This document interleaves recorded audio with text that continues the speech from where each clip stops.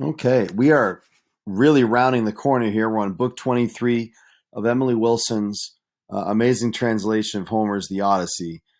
And sometimes this chapter is called the marriage bed. Here, she calls it the olive tree bed. And I'm going to actually talk about why that's important.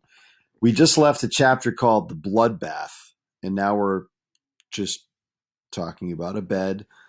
Just typical, interesting, surprising transitions, one of a million of them in this poem. So this is just a short preview video to sort of get us ready to read and listen to book 23. First, I think to read this poem, and this is something that probably would come up if you were reading this poem more than once, to be honest. But I think it's important that throughout the epic, throughout the entire text, it's not just trees that are important, but olive trees. So they're meant to signal something to us, I think. And here's what I mean.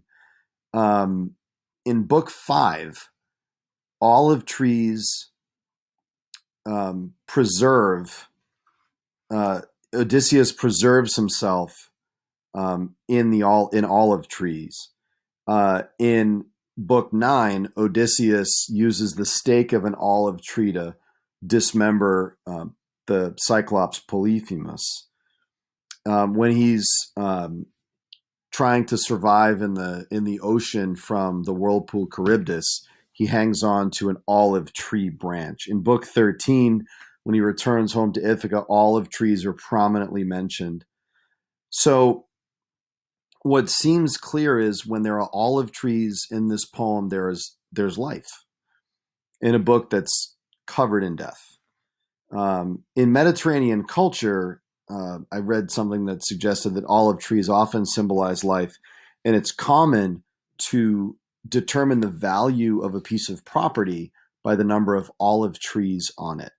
So the fact that the bed is made not just of a tree, not just in this interesting sort of home decor that we're gonna learn in book 23, but the fact that it's this kind of tree means something in this particular poem because just we've seen it a bunch of times before, and every other time we've seen it before, it indicates life. Okay, so this chapter begins with Eurycleia telling Penelope good news. And another thing that now that we're on book 23, we're used to is characters being told good news and them not believing it. So this is something worth discussing maybe when you finish the poem or when you finish this chapter. Why is it, and we've discussed this before, when Calypso reports to Odysseus in book 5, you can go home, he thinks she's tricking her. Or when Odysseus tells Telemachus who he is, that Telemachus thinks he's tricking him. And when Eurycleia, the nurse, tells Penelope everything that's just occurred. Remember, Penelope's been upstairs. She hasn't been reading the Odyssey, and she tells her the news. And I just want you to go have your Emily Wilson translation out and be sort of annotating on page 494. It's line 12. Penelope's response to this news is, "You poor old thing, the gods have made you crazy." And then at the very bottom of the page, "Why else would you be mocking me? The gods have damaged you. Why else would you be mocking me like this with silly stories in my time of grief?" And Eurycleia says in line 26, 27, "Dear child." It's interesting. Penelope's probably like 35, 40, 45 years old. "Dear child," she calls her, "I'm not mocking you. I'm telling the truth. Odysseus is here. He's the stranger they all abused." So Penelope was overjoyed, but interestingly doesn't buy it yet. Go to 97. I'm just walking through a couple of moments here. I teach teenage boys, and this is one of those don't try this at home moments with your mother.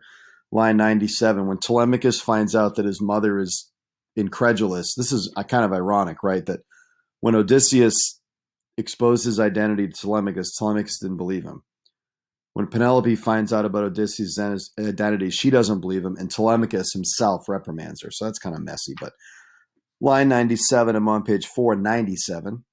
Mother, cruel, heartless mother, why are you doing this, rejecting father? Why do you not go over, sit beside him, and talk to him? No woman in the world would be so obstinate to keep your distance from him when he's come back after 20 long years of suffering. Your heart is always harder than a rock. And Penelope says brilliantly on the next page, a couple lines down, if this is really him, if my and she doesn't reprimand him. The house I grew up in, I mean, my mother's thankfully still with me. I'm not allowed to talk to this way, and I'm in my 40s. So she says, my child, I'm confused. What a human thing to say, isn't it? I cannot speak or meet his eyes. If this is really him, if my Odysseus has come back home. We have our ways to recognize each other through secret signs known only to us. So really, really brilliant. She doesn't let Telemachus in. There are some things that couples keep between each other, and she knows when to say information and when not to. So again, a couple of different times I've mentioned the term ananeresis, an Aristotelian term that simply means moment of recognition, right? And one of the big ones in the Odyssey starts around line 172. And it's strange. This is the only ananeresis in literature that's based on a piece of furniture. And you have to ask the question, imagine not seeing one of your parents for 20 years and they appear again 20 years from now and they don't look like themselves. How would you tell they were them? What piece of information would they share to show you that they're themselves? What's secret between you? So Penelope says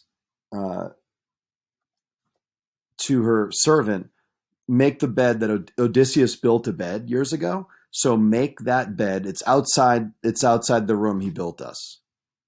And Odysseus hears that. The bed is outside the room. So go to line 183. It's near the bottom of page 500. He says, woman, your words have cut my heart. Who moved my bed? It'd be difficult for even a master craftsman, though a god could do it with ease. If you've never read the poem, you're wondering, what the hell's going on? No man, however young and strong, could pry it out. There's a trick to how this bed was made.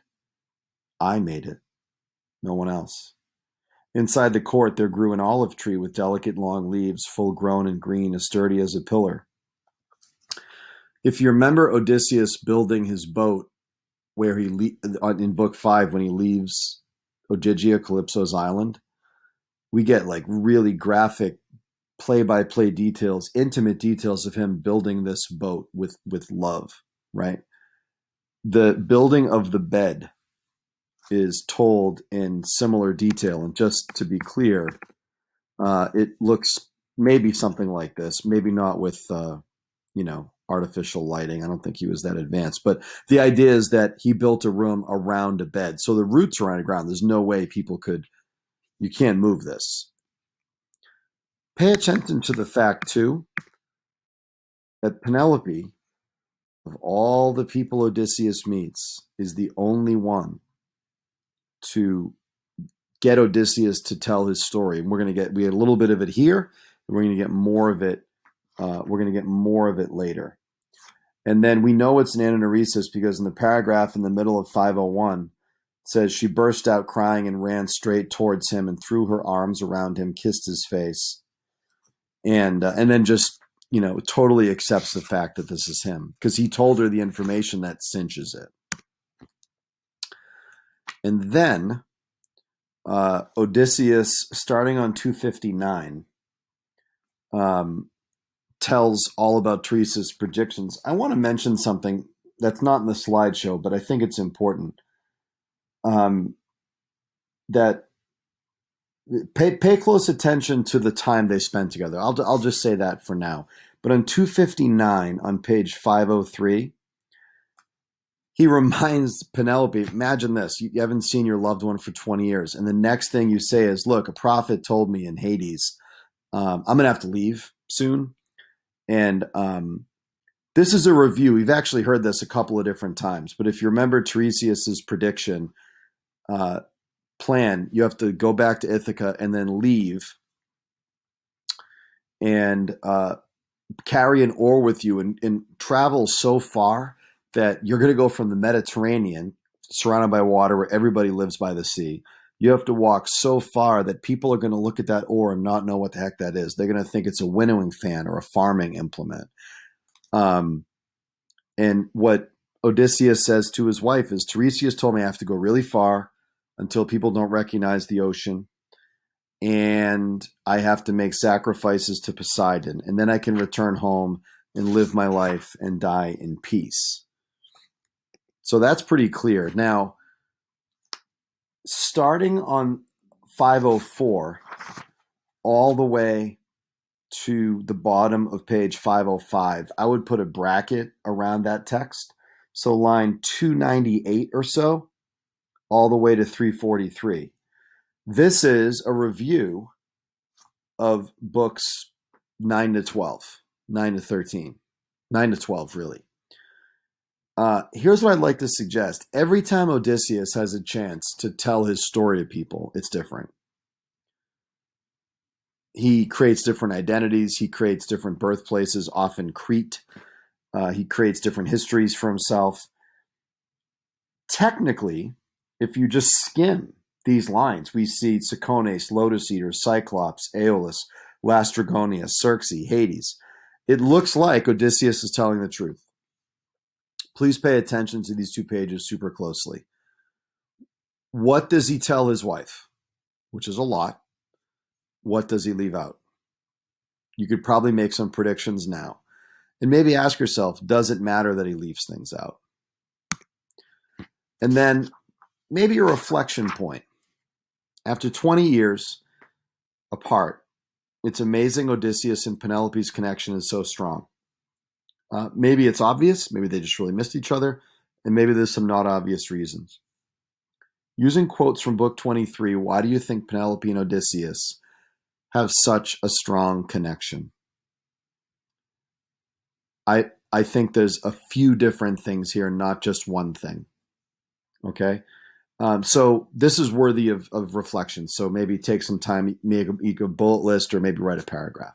But anyway, these are some things to think about before engaging with book 23. Good luck.